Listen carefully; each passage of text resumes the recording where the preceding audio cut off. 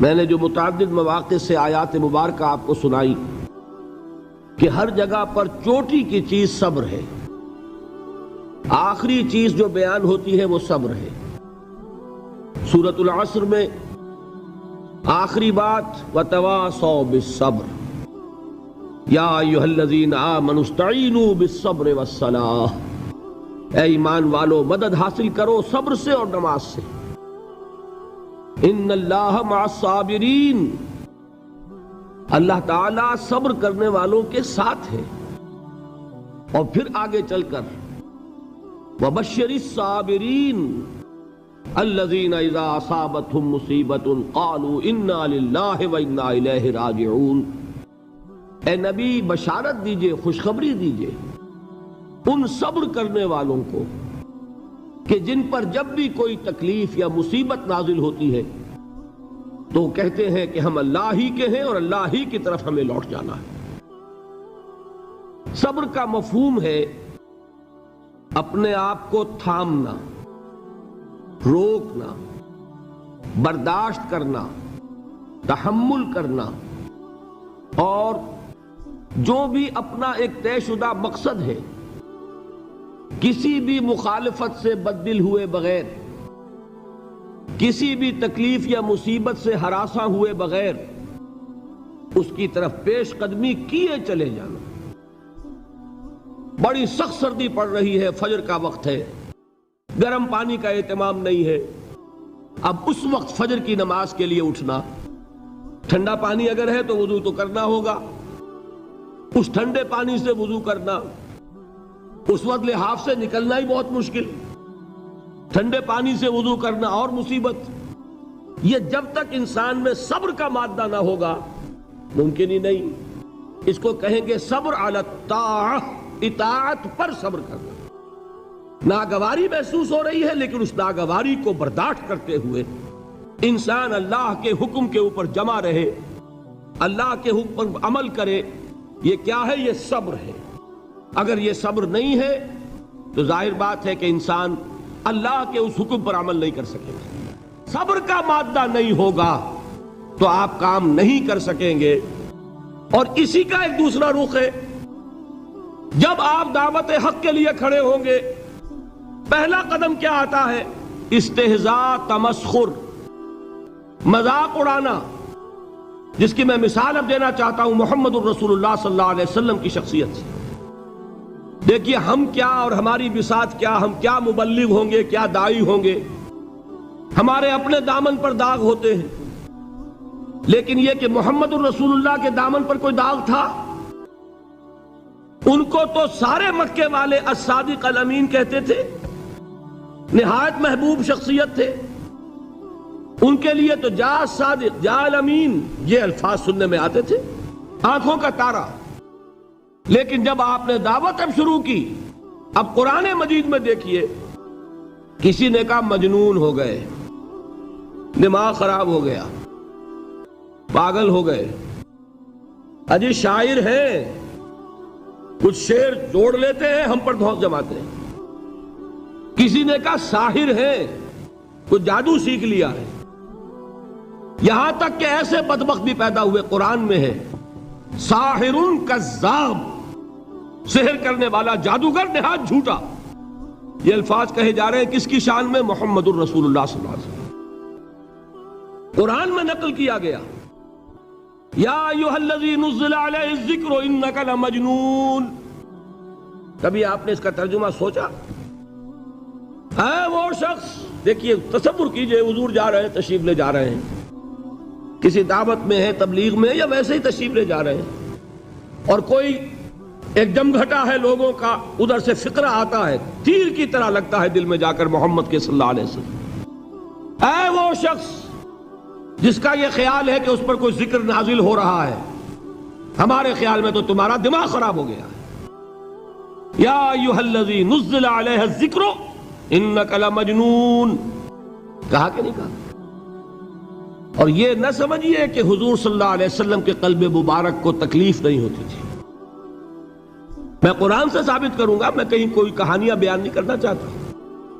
قرآن نے کہا ہے وَلَقَدْ نَعْلَمُ انک یضیق صدرک بما یقولون، اے نبی ہمیں خوب معلوم ہے صلی اللہ علیہ وسلم کہ جو کچھ یہ لوگ کہہ رہے ہیں اس سے آپ کا سینہ بھجتا ہے، یہ جو گھٹن ہوتی ہے، صدمہ ہوتا ہے۔ انک یضیق صدرک بما یقولون، ہمیں خوب معلوم ہے کہ جو کچھ یہ باتیں آپ کو سننی پڑ رہی ہیں، یہ کڑوی کسیلی باتیں، یہ جو فقرے چست ہو رہے ہیں، استہزاء ہو رہا ہے، تمسخر ہو رہا ہے۔ سورہ ہجر میں ہے، ایک جگہ کھڑے ہوئے لوگ قرآن کا مذاق اڑا رہے ہیں، بھائی فلاں آیت تم لے جانا، فلاں آیت میری ہوگی، اس کے ٹکڑے کر رہے ہیں، اس کے ٹکڑے حصے بکھرے کر کے قیمہ بنا کر ان آیات کا تمسخر اڑا رہے ہیں۔ ایک جگہ قرآن مجید میں مذکور ہے کہ فرشتوں کا مذاق اڑ رہا ہے، بھائی یہ دیکھو محمد نے کہا ہے صلی اللہ علیہ وسلم کہ جہنم پر تو کل 19 فرشتے ہیں، علیہا 19 قرآن میں آیت نازل ہوئی۔ ایک پہلوان کہتا بھائی 10 کو تو میں سنبھال لوں گا، باقی 9 کا تم انتظار کر لو۔ یہ باتیں آ رہی ہیں حضور کے کانوں میں، کلام الہی کے ساتھ کیا سلوک ہو رہا ہے، مجھ پر کیا فقرے چست کیے جا رہے ہیں، مجھ پر جس طریقے سے استہزاء اور تمسخر کا رویہ اختیار کیا گیا ہے، دل بھج رہا ہے، دل میں صدمہ ہے۔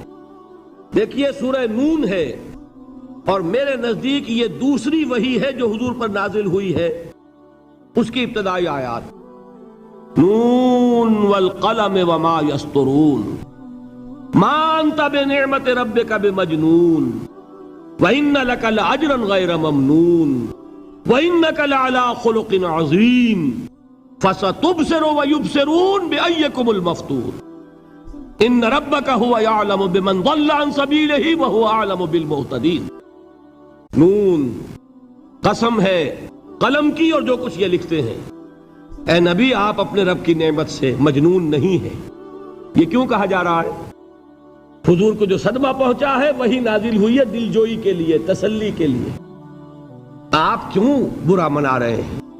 اے نبی آپ کیوں صدمہ اور رنج اور اندوہ محسوس کر رہے ہیں؟ ان بدبختوں کے کہنے سے کوئی آپ مجنون ہو جائیں گے؟ ما انت بنعمت ربک بمجنون وَإِنَّ لَكَ لَأَجْرًا غَيْرَ مَمْنُونَ، آپ کو جو یہ صبر کرنا پڑ رہا ہے، آپ کو جو یہ جھیلنا پڑ رہا ہے، اس کی وجہ سے آپ کو وہ اجر ملے گا جس کا سلسلہ کبھی منقطع نہیں ہوگا۔ وَإِنَّكَ لَعَلَىٰ خُلُقٍ عَظِيمٍ، اور اے نبی آپ تو خلق عظیم کے حامل ہیں۔ آپ کا اخلاق، آپ کا کردار، آپ کی سیرت، آپ کی شخصیت میں طہارت، نفاست، پاکیزگی، آج تک دنیا نے کوئی پاگل، کوئی مجنون ایسا بھی دیکھا؟ یہ ساری باتیں اللہ تعالیٰ حضور کی دلجوئی کے لیے فرما رہے ہیں۔ اس سے آپ اندازہ کیجئے کہ کتنا صدمہ ہوتا ہوگا۔ یہی ہے، اس ساری چیز کو جمع کیجئے تو یہ چیز کیا ہے؟ وَاصْبِرْ عَلَىٰ مَا يَقُولُونَ وَاهْجُرْهُمْ هَجْرًا جَمِيلًا، صبر کرو اے نبی، صبر کرو اے محمد صلی اللہ علیہ وسلم، جھیلو اور برداشت کرو اس پر جو یہ کہہ رہے ہیں۔ یریدون لیطفئوا نور اللہ بافواہہم، یہ چاہتے ہیں کہ اللہ کے نور کو اپنے منہ سے بجھا دیں، پھونکے مار کے ہی بس۔ نور خدا ہے کفر کی حرکت پہ خندہ زن، پھونکوں سے یہ چراغ بجھایا نہ جائے گا۔ یریدون لیطفئوا نور اللہ بافواہہم واللہ متم نورہ ولو کرہ الکافرون، یہ چاہتے ہیں کہ اپنے منہ کی پھونکوں سے اللہ کے نور کو بجھا دیں، حالانکہ اللہ تعالیٰ تو اپنے نور کا اتمام فرما کر رہے گا، خواہ ان کافروں کو کتنا ہی ناگوار ہو۔ اس کی ترجمانی ہے نور خدا ہے کفر کی حرکت پہ خندہ زن، پھونکوں سے یہ چراغ بجھایا نہ جائے گا۔ یہی وجہ ہے، دیکھیے مکی صورتوں میں خود نبی اکرم صلی اللہ علیہ وسلم کو اتنے مختلف پیرایوں میں صبر کا حکم دیا گیا۔ کچھ مثالیں میں دے چکا ہوں، وَلِرَبِّكَ فَاصْبِرْ، اسی طریقے سے وَاصْبِرْ كَمَا صَبَرَ أُولُو الْعَزْمِ مِنَ الرُّسُلِ، اے نبی صبر کیجئے جیسے کہ صبر کیا ہمارے اولو العزم رسولوں نے۔ وَاصْبِرْ وَمَا صَبْرُكَ إِلَّا بِاللَّهِ، اے نبی صبر کیجئے اور آپ کا صبر تو اللہ ہی کے سہارے ہے۔ وَاصْبِرْ لِحُکْمِ رَبِّكَ، یہ سورہ نون جس کی ابتدائی آیات میں نے آپ کو سنائی، نون والقلم وما یسطرون ما انت بنعمت ربک بمجنون. اس کا اختتام کیا ہوتا ہے؟ وَاصْبِرْ لِحُکْمِ رَبِّكَ وَلَا تَكُنْ كَصَاحِبِ الْحُوتِ اِذْ نَادَىٰ وَهُوَ مَكْظُومٌ. اے نبی صبر کیجئے اپنے رب کے فیصلے کا، انتظار کیجئے اور اس مچھلی والے کے مانند نہ ہو جائیے. مچھلی والا کون؟ حضرت یونس علیہ السلام. مچھلی والے نے اپنے دینی حمیت اور غیرت جو تھی اس کی وجہ سے اللہ کے حکم کا انتظار نہیں کیا، اپنی قوم کو چھوڑ کر چل دیے. نبی کا، رسول کا یہ معاملہ ہوتا ہے جیسے کہ آپ کو معلوم ہے کوئی افسر ہے کسی حکومت کا، وہ اپنی پلیس آف ڈیوٹی کو نہیں چھوڑ سکتا. He must stick to his place of duty. بڑے افسرز کے لیے تو یہ بہت بہت اہم بات ہے. تو اے رسول، جہاں آپ کو ہم نے تعینات کیا ہے آپ وہاں سے ہل نہیں سکتے کہ ذرا مخالفت ہوئی، لوگوں نے فقرے چست کیے اور آپ کہیں اور چل دیے. دفع ہوئیے، یہ بات نہیں سننا چاہتے، میں کسی اور کو سناؤں گا. ہو سکتا ہے نا؟ ہم تو کرتے ہیں نا یہ، اس لیے کہ ہمیں تو اللہ نے کہیں تعینات تو نہیں کیا نا. اگر ایک جگہ کے لوگ بات نہیں سنتے، چلو بھائی ہم کہیں اور جائیں گے، وہاں بات سنائیں گے. لیکن رسول کا معاملہ ہوتا ہے جو اس کی پلیس آف اپوائنٹمنٹ ہے، he cannot leave his place without the express permission of اللہ سبحانہ و تعالی. آپ نے یہ سنا ہوگا، سیرت کی تقاریر میں پڑھا ہوگا کہ مدینے کی طرف ہجرت کی اجازت حضور نے تمام صحابہ کو دے دی. خود منتظر رہے جب تک کہ اللہ کی طرف سے اجازت نہیں آ گئی. حضرت ابوبکر پوچھتے رہتے تھے حضور اجازت آ گئی کہ نہیں؟ نہیں ابھی نہیں آئی. حضور اذن آ گیا؟ نہیں آیا. ابھی نہیں آیا. حبشہ کی طرف سب کو بھیج دیا، اجازت دے دی جو جانا چاہے چلا جائے. حضور کی صاحبزادی جو حضرت عثمان کے نکاح میں تھی وہ بھی ہجرت کر رہی ہیں، لیکن حضور تو نہیں گئے. رسول نہیں چھوڑ سکتا اپنی جگہ کو. یہاں تک کہ تمام تقریباً صحابہ چلے گئے، حضور رہ گئے، حضرت ابوبکر رہ گئے، حضرت علی رہ گئے. اور حضرت ابوبکر پوچھ رہے ہیں بار بار اجازت آئی یا نہیں؟ نہیں ابھی نہیں آئی. حضرت عائشہ نے واقعہ بیان کیا کہ ایک روز اچانک دوپہر کے وقت ہم نے دیکھا کہ حضور نے اپنے پورے جسم کو ڈھانپا ہوا ہے، چہرے کو بھی کپڑے میں ڈھانکا ہوا ہے اور تشریف لا رہے ہیں. یہ اس میں تعجب کی بات یہ کہ عرب میں آج بھی آپ کو معلوم ہے کہ یہ چیز جو ہے ان کی روایات کے خلاف ہے کہ دوپہر کے وقت کوئی کسی سے ملنے جائے. یہ وقت جو ہے قیلولے کا ہے، آرام کا ہے. تو این ٹھیک دوپہر کے وقت تشریف لائے حضور. آپ نے آ کے حضرت ابوبکر سے فرمایا کہ اجازت آ گئی ہے. حضرت ابوبکر نے بہت خوش ہو کر ایک بات کہی، حضور میں نے 2 اونٹنیاں تیار کی ہوئی ہیں. یعنی اب آپ وہ تو سوچتے تھے نا شاباش ملے گی کہ میں نے تیاری کی ہوئی ہے. میں نے 2 اونٹنیوں کو خوب کھلا پلا کے فربا کیا ہوا ہے، بڑی توانا ہے تاکہ ہم تیزی کے ساتھ سفر کر سکیں. حضور نے توقف کیا، فرمایا ہاں ٹھیک ہے، 1 اونٹنی میں استعمال کروں گا لیکن میں اس کی قیمت ادا کروں گا. حضرت ابوبکر کی آنکھوں میں آنسو آ گئے. روتے ہوئے کہا حضور مجھ سے یہ مغایرت، کیا یہ جان اور مال کسی اور کے لیے ہے؟ آپ مجھ سے بھی کہہ رہے ہیں میری اونٹنی جو ہے وہ بھی بلا معاوضہ آپ قبول نہیں فرما رہے. یہ ہے محمد الرسول اللہ کی غیرت اور حمیت کا معاملہ. اب دیکھیے ایک بات عجیب ہے، یہ ربط اپنے ذہن میں رکھیے. اللہ تو صبر کی تلقین کر رہا ہے اپنے رسول کو، اور رسول یہی تلقین کر رہے ہیں اپنے صحابہ کو. صبر کرو، جھیلو، برداشت کرو، ہاتھ مت اٹھانا، کوئی جوابی کارروائی نہیں ہوگی، بلکہ اپنے اوپر جھیلو جو کچھ جھیلنا ہے، ڈٹے رہو، پیچھے مت ہٹنا، یہ صبر ہے. لیکن ہاتھ اٹھانے کی اجازت نہیں. چنانچہ اب ذرا چشم تصور سے دیکھیے، ابو جہل اس نے جو بدترین روش اختیار کی وہ ایک خاندان تھا، حضرت یاسر، ان کی اہلیہ حضرت سمیہ اور ان کے فرزند حضرت عمار رضی اللہ تعالی عنہم. یہ غلام نہیں تھے. حضرت سمیہ تو کنیز تھیں لیکن یاسر غلام نہیں تھے. ان کی کہانی یہ ہے، واقعہ یہ ہے کہ یہ بہت نیک آدمی تھے. یاسر یمن کے باشندے. انہیں کو خواب میں بشارت ہوئی کہ نبی کا ظہور ہونے والا ہے مکے میں، جاؤ شاید ان کے قدموں تک پہنچ جاؤ۔ یہ یمن سے ترک وطن کر کے مکے آ گئے۔ ابو جہل کا ایک چچا تھا، بہت شریف النفس انسان، اس کے ساتھ معاہدہ کیا حلیف بن کر، اور وہ مکے میں رہنے لگے۔ اس لیے کہ یہ نوٹ کر لیجئے، مکہ اس وقت ایک قبیلے کا شہر تھا، صرف قریش۔ یا قرشی رہ سکتا تھا وہاں، یا قرشی کا حلیف، کہ اگر تو کسی قرشی نے آپ کو امان دی ہوئی ہے تو آپ رہ سکتے ہیں مکے میں، ورنہ نہیں۔ یا تیسرے قرشی کا غلام، غلام تو ملکیت ہی ہے اس کی، جیسے بھیڑ بکری ہے کسی قرشی کی، اسی طرح اس کے غلام ہے۔ یہ تین کیٹیگریز تھی انسانوں کی مکے میں۔ اسی کو نوٹ کیجئے کہ جو بیچارے غلام تھے وہ سب سے زیادہ ستائے گئے، اس لیے کہ غلاموں کے تو حقوق ہی کوئی نہیں تھے۔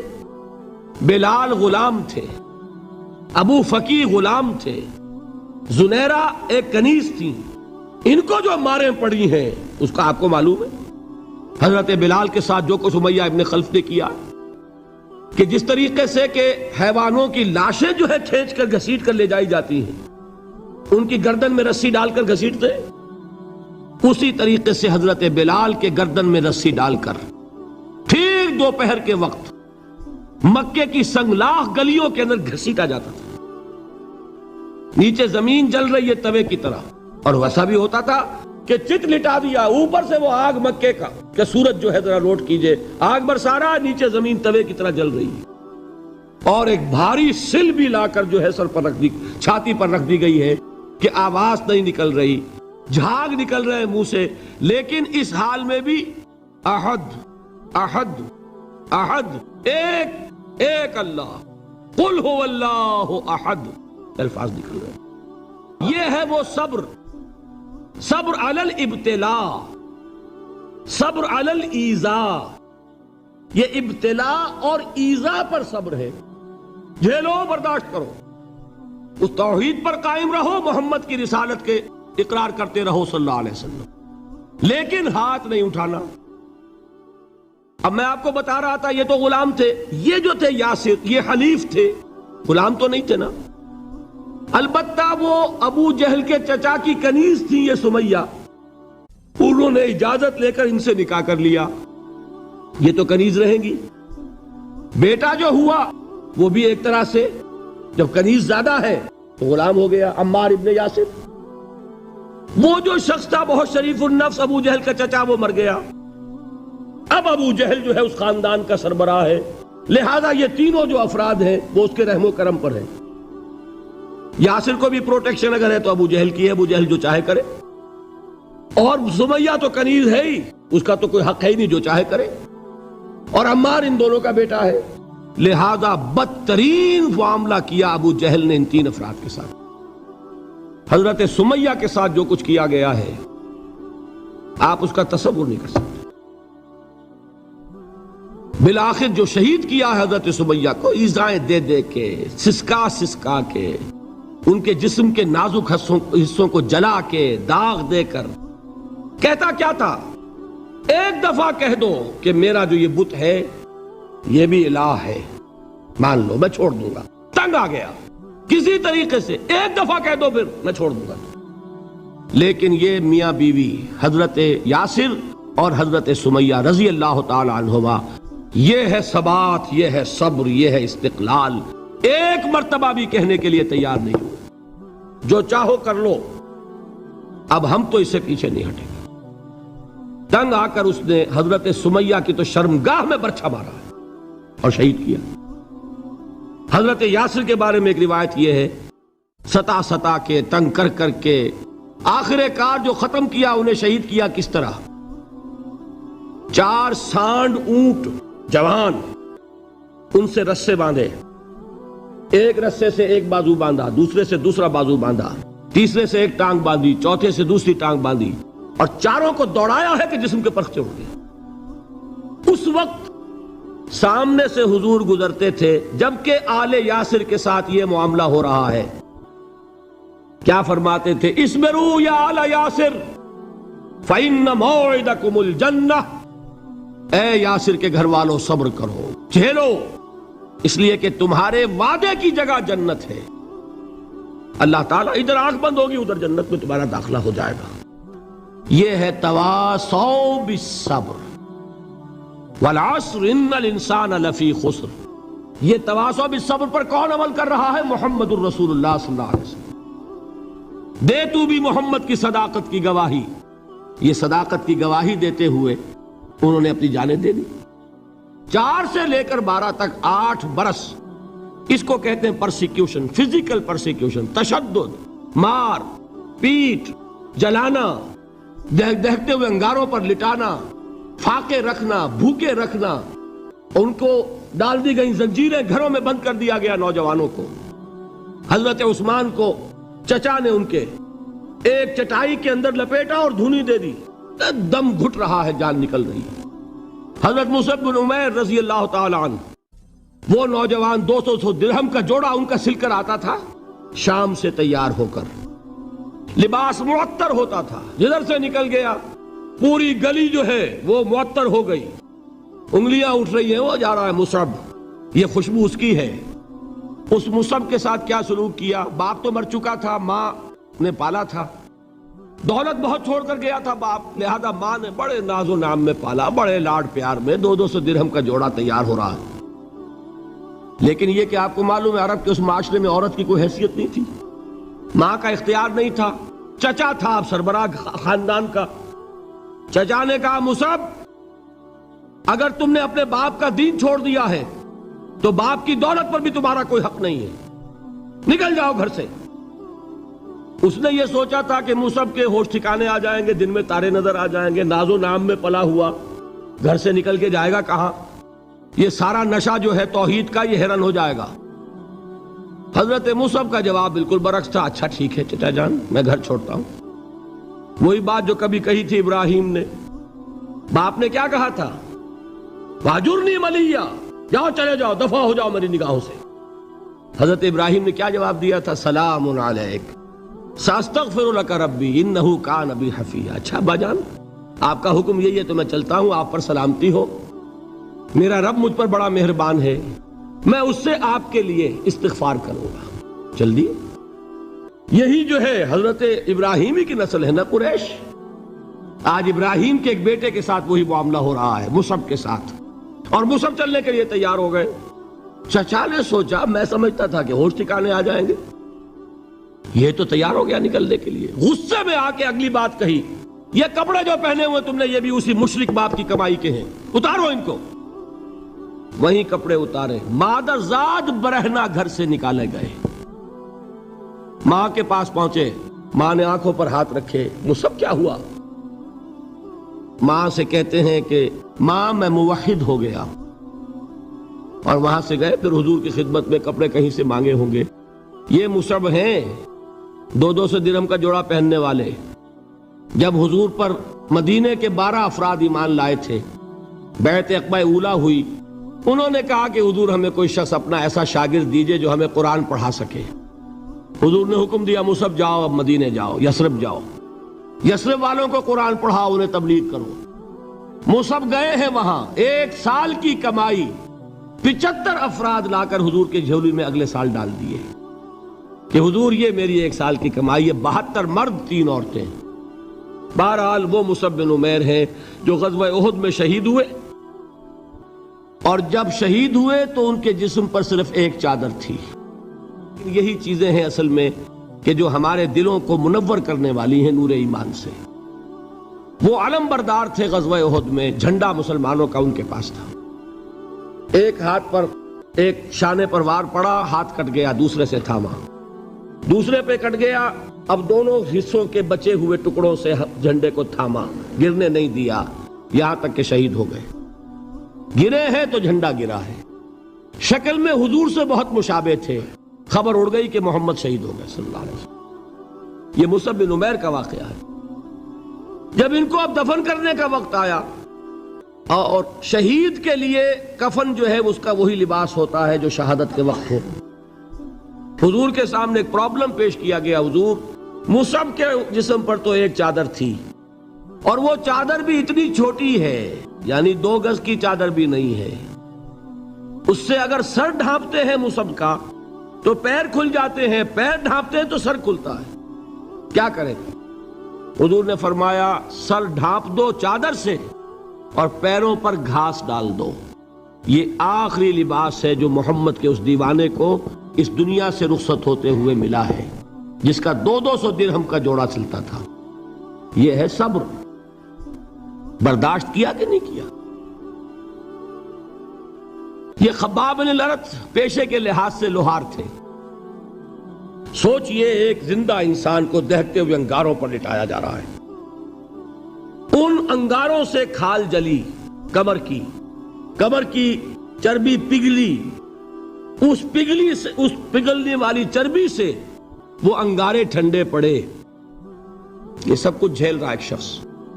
سوچنے والوں نے سوچا نہیں ہوگا کیا جرم تھا ان کا، تو بڑا شریف آدمی ہے، بہت اچھا کاریگر ہے، وقت پر کام دیتا ہے، مناسب اجرت لیتا ہے، یہ کیا ہوا؟ یہ کوئی جرم نہیں، جرم صرف ایک ہے، ایک اللہ کو مانتا ہے اور محمد کے دامن سے وابستہ ہے صلی اللہ علیہ وسلم۔ فاستعینوا بالصبر والصلاۃ، مدد حاصل کرو کس سے؟ صبر سے اور نماز سے۔ ان اللہ مع الصابرین، جان لو کہ اللہ تعالیٰ صبر کرنے والوں کے ساتھ ہے۔ وَلَا تَقُولُوا لِمَنْ يُقْتَلُ فِي سَبِيلِ اللَّهِ أَمْوَاتٌ، اور ہرگز نہ کہو اسے جو اللہ کی راہ میں قتل ہو جائے کہ وہ مردہ ہے۔ بَلْ أَحْيَاءٌ وَلَكِنْ لَا تَشْعُرُونَ، نہیں، وہ زندہ ہے لیکن تمہیں ان کا شعور نہیں ہے۔ اور سنیے اب یہ آیت اہم ترین ہے صبر کے موضوع پر۔ وَلَنَبْلُوَنَّكُمْ بِشَيْءٍ مِّنَ الْخَوْفِ وَالْجُوعِ وَنَقْصٍ مِّنَ الْأَمْوَالِ وَالْأَنفُسِ وَالثَّمَرَاتِ وَبَشِّرِ الصَّابِرِينَ، اور دیکھو ہم تمہیں آزمائیں گے۔ وَلَنَبْلُوَنَّكُمْ، ہم لازماً آزمائیں گے تمہیں، بِشَيْءٍ مِّنَ الْخَوْفِ، خوف کی کیفیت طاری کر کے، والجوع، بھوک، فقر اور فاقہ، ونقص من الاموال، مالی نقصان، والانفس، جانی نقصان، والثمرات، اور ثمرات، پھلوں اور میووں کا نقصان۔ میرے نزدیک یہاں پر ثمرات کا مفہوم ایک اور بھی ہے۔ ایک تو صاف تھا کھجور کی فصل تیار ہے، غزوہ تبوک جانے کا حکم مل گیا، کون اتارے گا؟ اور کھجور وقت پر اتری نہیں، برباد ہو جائے گی۔ یہ ہو رہا ہے نا میووں کا نقصان۔ اور میرے نزدیک یہاں یہ بھی ہے، بسا اوقات بہت سی محنتوں کا نتیجہ انسان دیکھتا ہے کہ ضائع چلا گیا، میں نے 10 سال محنت کی، حاصل کوئی نہیں نکلا۔ یہ ثمرات کیا ہیں؟ محنتیں، محنتوں کے ثمرات کا ضیاع۔ کوشش آپ نے کی، قسمت کی خوبی دیکھیے، ٹوٹی کہاں کمن، 2-4 ہاتھ جب کے لبے بام رہ گئے۔ Be prepared. ایک شاعر کے یہ اشعار ہیں، یہ فصل امیدوں کی ہمدم اس بار بھی غارت جائے گی، سب محنت صبحوں شاموں کی اب کے بھی اکارت جائے گی۔ میرے نزدیک یہ ثمرات کا جو لفظ یہاں آیا ہے، وَنَقْصٍ مِّنَ الْأَمْوَالِ وَالْأَنفُسِ وَالثَّمَرَاتِ، سب محنت صبحوں شاموں کی اب کے بھی اکارت جائے گی۔ دھرتی کے کونوں کھدروں میں پھر اپنے لہو کی کھاد بھرو، پھر مٹی سینچو اشکوں سے، پھر اگلی رت کی فکر کرو، پھر اگلی رت کی فکر کرو، جب پھر ایک بار اجڑنا ہے۔ ایک فصل پکی تو بھر پایا، تب تک تو یہی کچھ کرنا ہے۔ ایک مقصد ہے سامنے، انقلاب برپا کرنا ہے۔ ایک کوشش ناکام ہو جائے کوئی پرواہ نہیں، نیکسٹ، پھر تیار رہو ناکامی کے لیے۔ ایسا نہ ہو جو انگریزی میں کہتے ہیں hope for the best but be prepared for the worst. ایسا نہ ہو کہ دوسری مرتبہ ناکام ہو کے بددل ہو جاؤ، تمہاری ہمتیں جواب دے جائیں، نہیں، پہلے سے تیار رہو کہ دوسری مرتبہ بھی ناکامی آئے تو آئے، لیکن جب تک کہ کامیابی حاصل نہیں ہوتی ہمیں یہ کام کیے چلے جانا۔ دیکھیے سیرت میں آیا کہ نہیں یہ واقعہ؟ بدر میں مسلمانوں کو فتح ہوئی تو احد میں زک پہنچی کہ نہیں؟ 70 صحابہ شہید ہوئے کہ نہیں؟ اگر ان کی ہمتیں جواب دے جاتی تو گاڑی کیسے چلتی آگے؟ تو فرمایا وَلَنَبْلُوَنَّكُمْ بِشَيْءٍ مِّنَ الْخَوْفِ وَالْجُوعِ وَنَقْصٍ مِّنَ الْأَمْوَالِ وَالْأَنفُسِ وَالثَّمَرَاتِ، ہم تمہیں لازماً آزمائیں گے خوف کی کیفیت سے، فقر و فاقے کی کیفیت سے، بھوک سے، جان کے نقصان سے، مال کے نقصان سے، محنتوں کے حاصل کے ضائع ہو جانے سے۔ وَبَشِّرِ الصَّابِرِينَ، اور اے نبی بشارت دیجئے صبر کرنے والوں کو۔ الَّذِينَ إِذَا أَصَابَتْهُمْ مُصِيبَةٌ، وہ کہ جب ان پر کوئی تکلیف آئے، کوئی مصیبت آئے، کوئی آزمائش آئے، قَالُوا إِنَّا لِلَّهِ وَإِنَّا إِلَيْهِ رَاجِعُونَ، وہ یہ کہیں کہ ہم اللہ ہی کے ہیں، اللہ ہی کی طرف لوٹ جانا ہے۔ یہ وہی انداز ہے جو میں نے فارسی کا شعر سنایا تھا آپ کو کہ سرے تسلیم خم ہے جو مزاج یار میں آئے۔ وہ ہمارا مولا ہے، ہمارا آقا ہے، اگر اسے یہی منظور ہے تو ہمیں بھی یہی منظور ہے۔ میں نے تسلیم و رضا کی بات کی تھی نا، آپ کو کچھ شعر سنائے تھے، ایک شعر اور سنیے، اور یہ کس کا ہے؟ محمد علی جوہر کا۔ ایک مرتبہ جیل گئے، ان کی ایک بیٹی جوان بیمار ہوئی، فوت ہو گئی، باہر چھوڑا انگریز نے، جاؤ بھائی دفن کر دو بیٹی کو۔ دوسری مرتبہ جیل گئے، دوسری جوان بیٹی اسی مرض میں مبتلا ہوئی۔ اب یہ جیل میں ہے، خبر پہنچی کہ دوسری بیٹی کے اوپر بھی اسی مرض کا حملہ ہوا ہے۔ ایک نظم لکھی ہے جس کا آخری شعر یہ ہے: تیری صحت ہمیں منظور ہے لیکن اس کو نہیں منظور تو پھر ہم کو بھی منظور نہیں۔ یہ ہے، جب تک یہ کیفیت نہ ہو اس میدان میں آدمی ثابت قدم نہیں رہ سکتا کہ میرے رب کو اگر یہ منظور ہے تو یہی مجھے منظور ہے، اور تیری صحت ہمیں چاہیے تو ضرور، لیکن ہمارے رب کو منظور نہیں تو ہمیں بھی منظور۔ راضی برضائے رب۔ وَبَشِّرِ الصَّابِرِينَ الَّذِينَ إِذَا أَصَابَتْهُمْ مُصِيبَةٌ قَالُوا إِنَّا لِلَّهِ وَإِنَّا إِلَيْهِ رَاجِعُونَ۔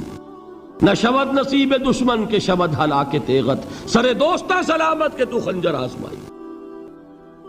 اولئک علیہم صلوات من ربہم ورحمہ، یہی ہیں وہ لوگ جن پر ان کے رب کی طرف سے عنایتیں ہیں اور رحمتیں ہیں۔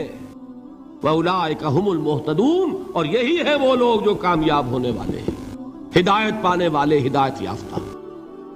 وَالصَّابِرِينَ فِي الْبَأْسَاءِ وَالضَّرَّاءِ وَحِينَ الْبَأْسِ، اور صبر کرنے والے، اصل نیکی ان کی ہے، جسمانی تکلیفوں میں صبر کرنے والے، فقر اور فاقے میں صبر کرنے والے، اور جنگ کے وقت صبر کرنے والے۔ اولئک الذین صدقوا واولئک هم المتقون، یہ ہیں وہ لوگ جو صبر کرنے والے ہیں، یہ ہیں جو سچے ہیں، جو اپنے دعوے میں نیکی کے اور ایمان کے صادق ہیں، اور یہی وہ لوگ ہیں جو متقی۔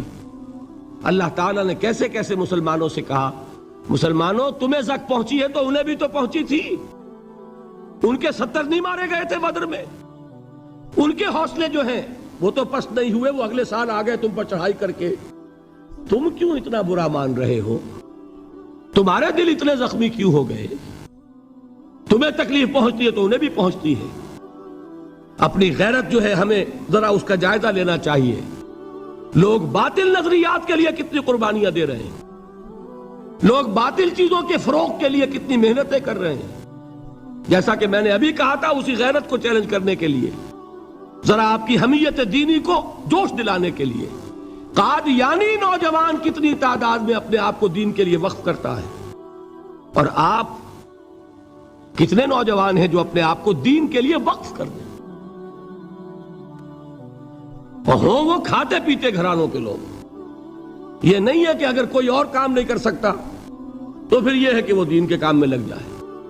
باصلاحیت لوگ، کھاتے پیتے لوگ، ذہنی استعداد رکھنے والے لوگ، اونچے گھرانوں کے لوگ، وہ وقف کریں اپنے آپ کو دین کے لیے۔ اس کے بغیر کیسے باہر آ جائے گی، کیسے رونق آ جائے گی؟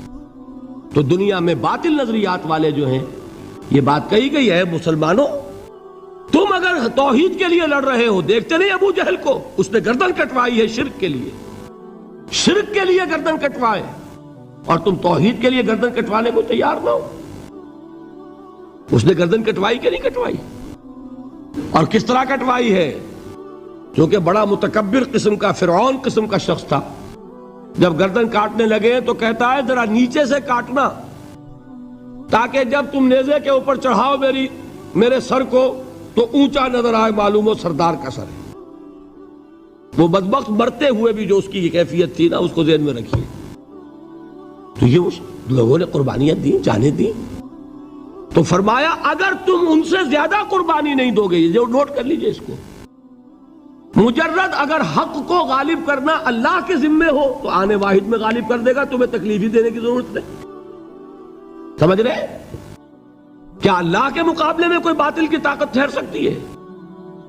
یہ تمہارے ایمان کا امتحان ہے، یہ تمہارے خلوص کی آزمائش ہے، یہ تمہارے امتحان کا ثبوت درکار ہے کہ اللہ تعالیٰ دیکھنا چاہتا ہے تم اس کے لیے اپنی جانیں قربان کرنے کو تیار ہو کہ نہیں، تم اس کے لیے تن من دھن لگانے کو تیار ہو کہ نہیں. اور یہ جان لو کہ اگر کفار اور مشرکین اور ملحدین اور باطل نظریات والے وہ جو کچھ قربانیاں اپنے باطل نظریات کے لیے دے رہے ہیں ان سے زیادہ اگر تم نہیں دو گے تو حق غالب نہیں ہوگا.